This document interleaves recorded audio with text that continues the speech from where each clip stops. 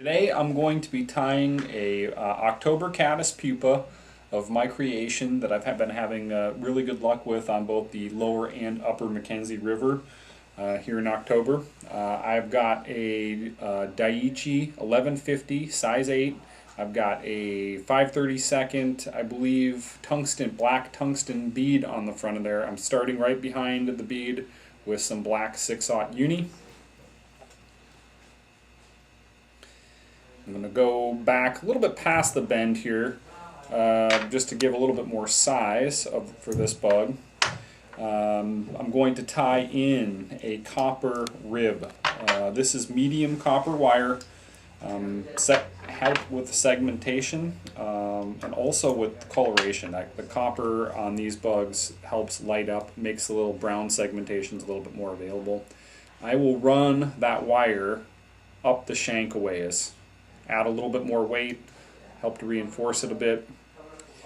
The next thing I'm going to do is I'm going to, this is something I kind of came up with on my bench. I didn't want to necessarily mix 2 packs of dubbing just to get a fly or two that I may or may not be satisfied with. So what I'll do a lot of times is I'll do what I just call a hand mix, where I'll take the dubbing, maybe enough for a couple flies. That's just standard hare's ear. And then I've got some rust orange hare's ear dubbing as well. Looks like one of my dogs might have gotten into the pack. I don't want much of this. I just want enough to kind of lighten, add a little bit of orange highlight to that hare's ear. So what I do is I will take it both the dubbings at the same time, and I'll just kind of run my fingers through it. And each time I'm pinching there, the color is mixing in a little bit more with that hare's ear. And I'll just kind of go through the entire pile. Not very complicated process, but again, like if you're going to be just tying a couple flies with it, there's no sense in breaking out the coffee grinder and mixing the entire thing. So I'll just kind of blend that between my fingers for a second or two. We pull out some of the big orange hunks because we don't want a huge amount of that. So basically what I end up is kind of like an orange highlighted dub. Nothing fancy there.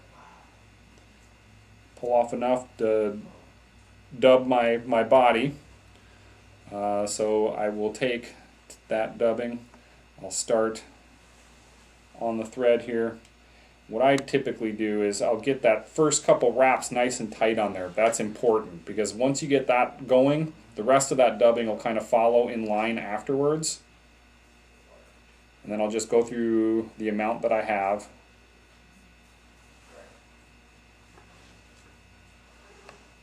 Make myself a nice dense noodle of dubbing. Tighten up my bobbin, slide the actual piece down to the shank.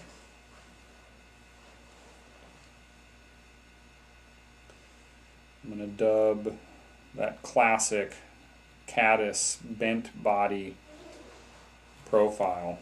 These are relatively substantial bugs in like the 25 millimeter range. Got my body dubbed forward there at least a little bit. I'm going to go ahead and rib with that copper wire at this point.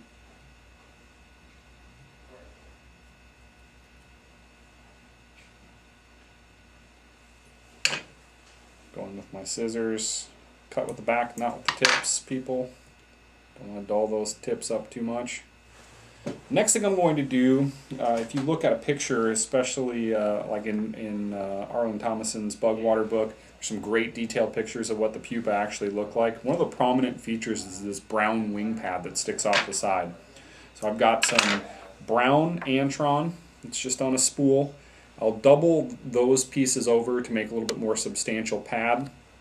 I'll tie one on each side of the fly. We'll have those stick out just a little tiny bit.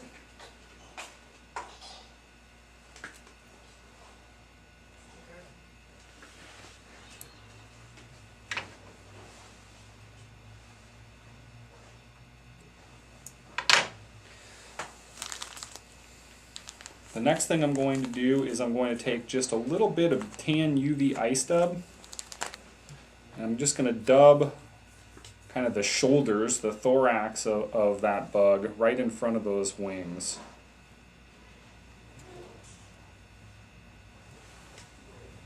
Next thing I'm going to do is I'm going to select a India henback wet fly hackle. Be tying that in from the tips. Usually I prepare my feather, just remove that fluff so that when we start winding it doesn't get stuck, matted up in there into the tie. Prepare it from the tip.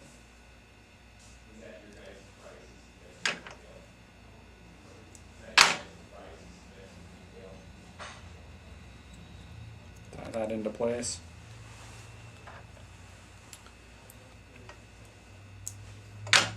Next thing I'm going to do is I'm going to grab the hackle with my pliers. I'll make a couple wraps.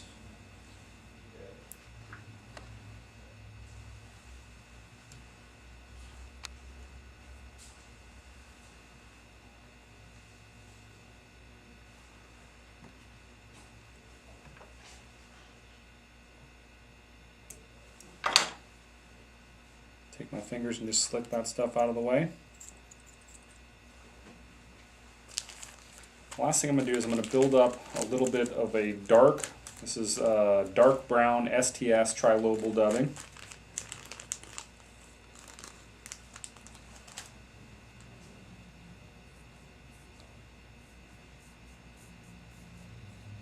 I'm going to dub on a little collar here right in front of the hackle.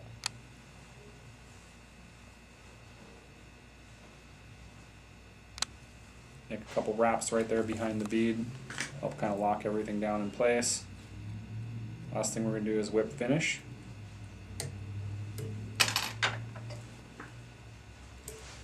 You're going to swing that or nymph it, Barrett? I've been fishing it underneath an indicator, Okay. And it seems to work best first thing in the morning, and I'm not exactly sure, probably because the bugs are still moving around a little bit at that point in time, being mainly nocturnal emergers.